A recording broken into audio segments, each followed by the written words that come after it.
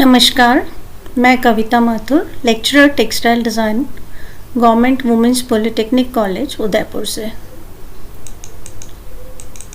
आज मैं आपको फर्स्ट ईयर के इंट्रोडक्शन टू टेक्सटाइल सब्जेक्ट, जिसका कोड TD 103 है, इस सब्जेक्ट के अंतर्गत आइडेंटिफिकेशन ऑफ फाइबर्स के बारे में बताऊंगी। वर्तमान समय में कई प्रकार के वस्त्र बनने लगे हैं और इतनी वैरायटीज़ बनने लगी हैं कि उनके असली रूप को पहचानना मुश्किल हो जाता है। इस हेतु टेक्सटाइल फाइबर्स के आइडेंटिफिकेशन के लिए कई विधियां होती हैं, जिनके द्वारा हम फाइबर की संरचनात्मक, भौतिक और रासायनिक विशेषताओं की पहचान कर सकते हैं। इनमें से कुछ विधियां भौतिक होती हैं तथा कुछ रासायनिक। कुछ ऐसे भी आइडेंटिफिकेशन टेस्ट होते हैं जिनको कि हम बहुत इजीली, बहुत सहज तरीके से कर सकते हैं, लेकिन कुछ ऐसे भी होते हैं जो कठिन होते हैं। कुछ आइडेंटिफिकेशंस टेक्निकल होते हैं, जिनके लिए हमें उपकरणों एवं रसायनों की आवश्यकता होती है, और कुछ नॉन टेक्निकल होते हैं जिनको कि आसानी से किया जा सकता है। अब हम बात करते हैं ऑब्जेक्टिव्स ऑफ फाइबर आइडेंटिफिकेशन की, कि फाइबर आइडेंटिफिकेशन के क्या ऑब्जेक्टिव्स होते हैं। तो इसका मेन जो ऑब्जेक्टिव है वो तो विभिन्न टेक्निक्स के द्वारा फाइबर की पहचान करना हम सीखेंगे, कि हम अलग अलग तरीक़ों से अलग अलग आइडेंटिफिकेशंस करके कैसे फाइबर्स की पहचान कर सकते हैं।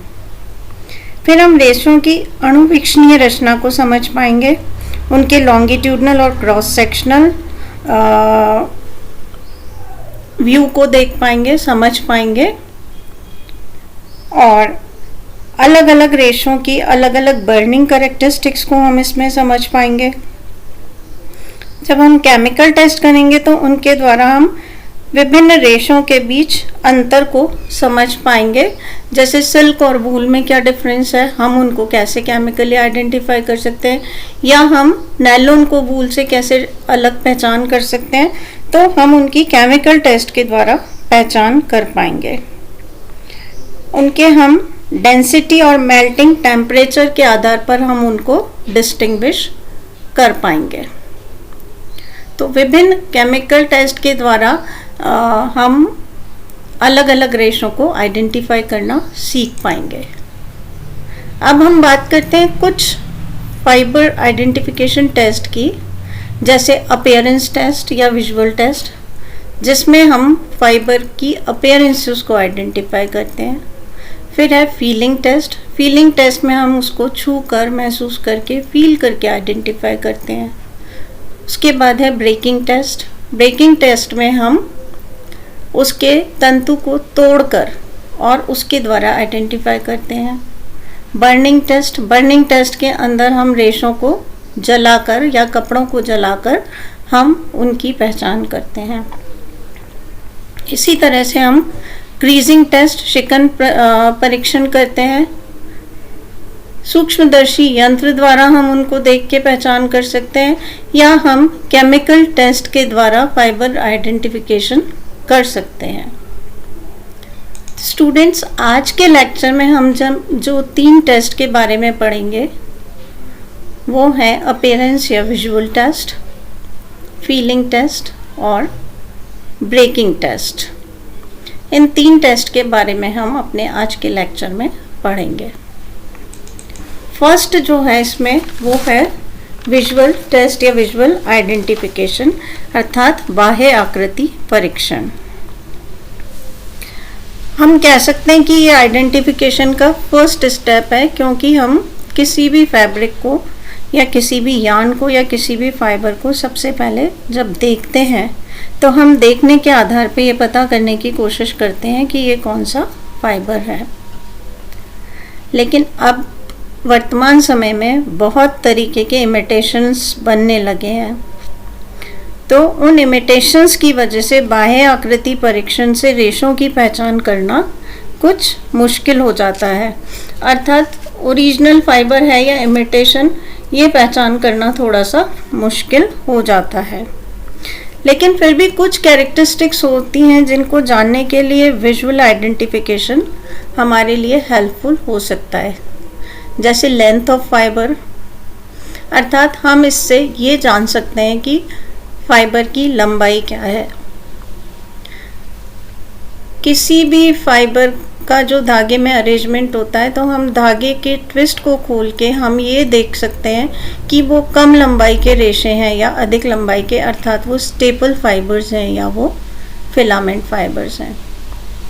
फिर हम उनकी चमक या उनकी डलनेस के आधार पे उनको आइडेंटिफाई करने की कोशिश कर सकते हैं, और हम उनके टेक्सचर के आधार पे, अर्थात वो सॉफ्ट हैं या हार्ड हैं, रफ हैं या स्मूथ हैं, गर्म हैं या ठंडे हैं, स्टिफ हैं या फ्लेक्सिबल हैं, इन एस्पेक्ट्स के आधार पे हम उनको आइडेंटिफाई करने का प्रयास कर सकते हैं।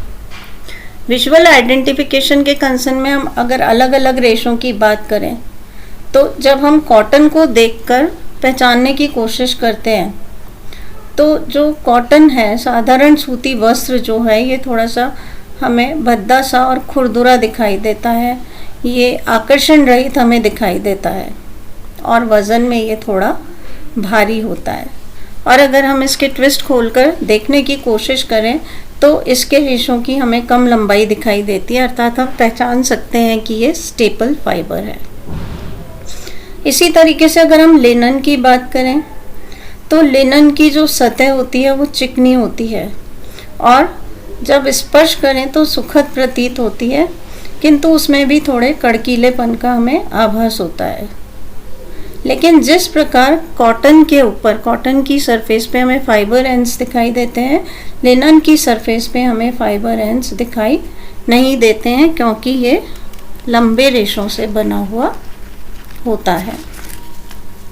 ऊन के बारे में अगर हम बात करें तो ऊनी वस्त्र को छूने से या देखने से या स्पर्श करने से हमें गर्माहट का अनुभव होता है।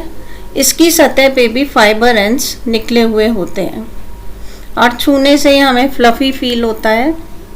जैसा कि हमने पिछले लेक्चर्स में पढ़ा कि ऊन दो भागों में बढ़ जाता है, वुलन एंड वर्स्टेड।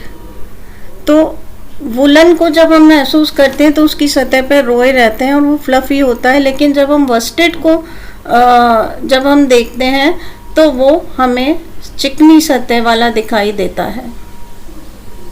इसी प्रकार सिल्क जो होता है इसमें हमें अनोखी चमक दिखाई देती है और आश्चर्यजनक हल्कापन इसमें होता है और कोमल, चिकना और बिल्कुल सुखद सा प्रतीत होता है, तो हम इसको पहचान सकते हैं।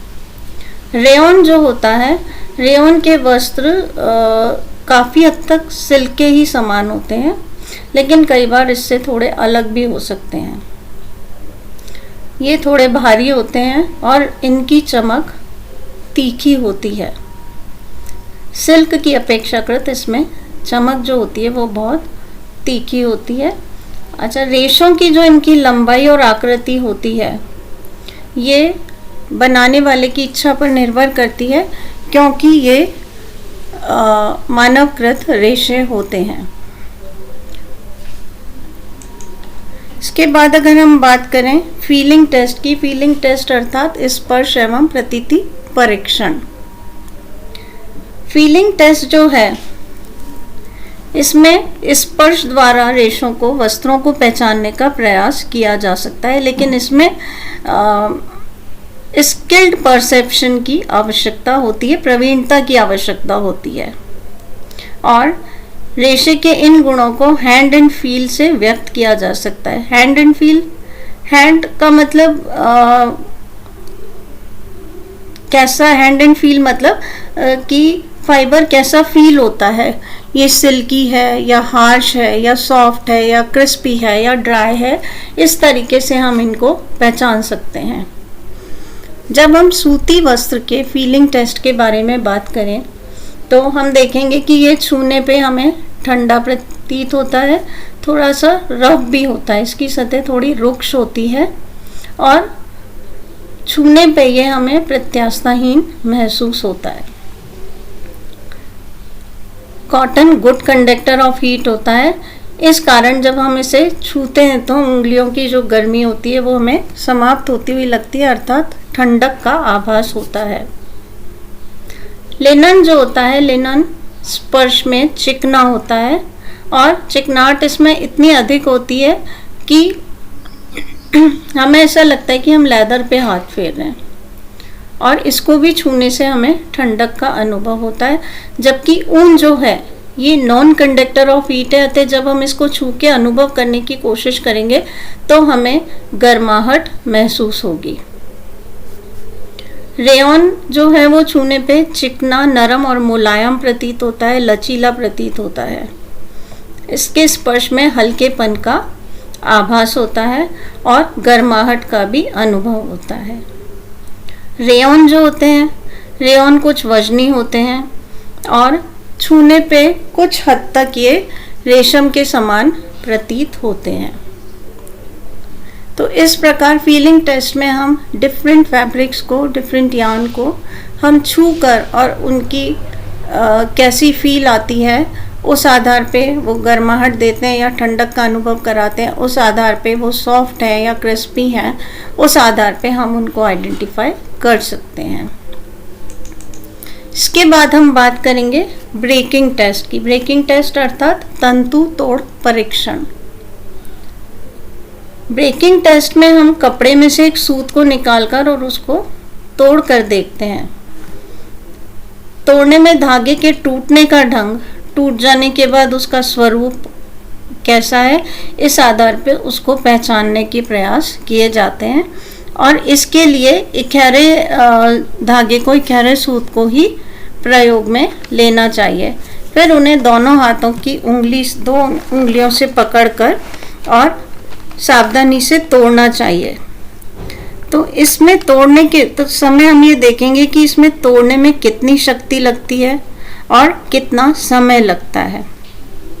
जब हम इसको तोड़ने का प्रयास करते हैं तो धागे में कितना खिंचाव और तनाव होता है वो भी देखा जाता है, और जब ये टूट जाता है तो इसके टूटे हुए सिरों का भी निरीक्षण किया जाता है। इसके टूटे हुए सिरों को मैग्नीफाइंग ग्लास से भी देखा जा सकता है और इस आधार पे ये आइडेंटिफाई करने की कोशिश की जाती है कि ये कौन सा फाइबर है। कॉटन के बारे में अगर हम ब्रेकिंग टेस्ट के कंसर्न में बात करें तो हम देखेंगे कि सूती वस्त्र को निर्मित करने वाले जो रेशे होते हैं वो बहुत छोटे होते हैं और बड़ी आसानी से एक ही खिंचाव में वो टूट जाते हैं। और इतनी आसानी से टूटने का एक कारण ये भी है कि इसमें प्रत्यास्थता नहीं होती है, प्रत्यास्थता का अभाव रहता है। टूटने के बाद अगर हम इनके दोनों सिरों को देखें, दोनों टूटे हुए सिरों को देखें, तो उनका स्ट्रक्चर जो होता है वो एक ब्रश की तरह होता है। एक समान छोटे छोटे रेशे उसमें निकले हुए होते हैं और इसके सिरे जो हैं वो थोड़े से फ्लफी होते हैं। लिनन के बारे में अगर हम बात करें तो लिनन के रेशे लंबे और मजबूत होते हैं। इनको जब हम तोड़ने का प्रयास करें तो इसमें शक्ति अधिक लगती है। और अगर जब हम इनके टूटे हुए सिरों को देखें तो इनके जो सिरे होते हैं वो लंबे और सीधे होते हैं, नुकीले होते हैं और चमकदार होते हैं। ऊन के बारे में अगर हम बात करें तो ऊन का धागा जो होता है ये फ्लफी सरफेस का होता है, फुज्जीदार होता है। जब हम इन्हें तोड़ने के लिए खींचते हैं तो ये काफ़ी दूर तक खिंचता है, फैलता है। ऐसा इसलिए होता है कि इसमें इलास्टिसिटी, प्रत्यास्थता बहुत ज़्यादा होती है और इसमें अच्छी प्रत्यास्थता, आश्चर्यजनक प्रत्यास्थता के कारण ही ये संभव होता है कि ये टूटने से पहले काफ़ी दूर तक स्ट्रेच हो जाता है। टूटे हुए सिरे अगर इसके देखें तो वो लहरदार होते हैं, वेवी और स्पाइरल दिखाई देते हैं। अब हम रेशम के ब्रेकिंग टेस्ट को डिस्कस करते हैं। तो रेशम जो होता है ये भी ऊन के समान होता है, परंतु इसमें ऊन से इलास्टिसिटी कुछ कम रहती है। इसको जब तोड़ने का प्रयास करते हैं तो ये भी काफ़ी दूर तक खिंचता जाता है, फैलता जाता है और काफ़ी दूर तक खिंचना का कारण इसकी मजबूती भी होती है। काफ़ी दूर जब खींचता है तो एक ऐसी लिमिट भी आती है, एक ऐसी सीमा भी आती है कि उसके आगे वो नहीं खींच सकता, तो वो टूट जाता है। और जब वो टूट जाता है तो उसके सिरे हम देखें तो उसके सिरे बहुत महीन और सूक्ष्म होते हैं और लस्ट्रस दिखाई देते हैं, अर्थात उसमें चमक दिखाई देती है। रेयॉन को जब हम देखते हैं तो रेयॉन का जो धागा है गीली अवस्था में और सूखी अवस्था में, दोनों अवस्थाओं में इसके अलग अलग लक्षण दिखाई देते हैं। सूखा धागा जब हम तोड़ते हैं तो वो बहुत हद तक मजबूत प्रतीत होता है, आसानी से टूटता नहीं है। लेकिन जब हम भीगा हुआ धागा या गीला धागा हम तोड़ने की कोशिश करते हैं तो गीला धागा इसका पूर्ण रूप से कमज़ोर हो जाता है, शक्तिहीन हो जाता है और आसानी से टूट जाता है। अगर हम इसके टूटे हुए सिरों की बात करें तो उसकी जो स्ट्रक्चर होता है वो एक पेड़ से निकली हुई डालियों के समान होता है। नायलॉन या कोई भी थर्मोप्लास्टिक फाइबर को अगर हम तोड़ें तो जो उसके लक्षण होते हैं वो एक प्रकार के होते हैं, अर्थात समस्त थर्मोप्लास्टिक फाइबर और नायलॉन इनके लक्षण एक जैसे दिखाई देते हैं। और इनको जब हम तोड़ते हैं तो इनमें हमें ऊन के समान लक्षण दिखाई देते हैं। अगर इनको ऊन की नकल पे बनाया गया, अगर रेशम की नकल पे बनाया गया है तो उसके समान लक्षण दिखाई देंगे। किंतु एक बात है कि जो नायलॉन है वो बहुत ज़्यादा मजबूत होते हैं और बहुत कठिनाई से टूटते हैं। तो इस प्रकार हम ब्रेकिंग टेस्ट द्वारा जो रेशे हैं उनका आइडेंटिफिकेशन कर सकते हैं। तो स्टूडेंट्स, आज हमने 3 आइडेंटिफिकेशंस पढ़े: visual identification, feeling identification and breaking. हम अपने अगले लेक्चर में अन्य फाइबर आइडेंटिफिकेशन टेस्ट के बारे में पढ़ेंगे। Thank you.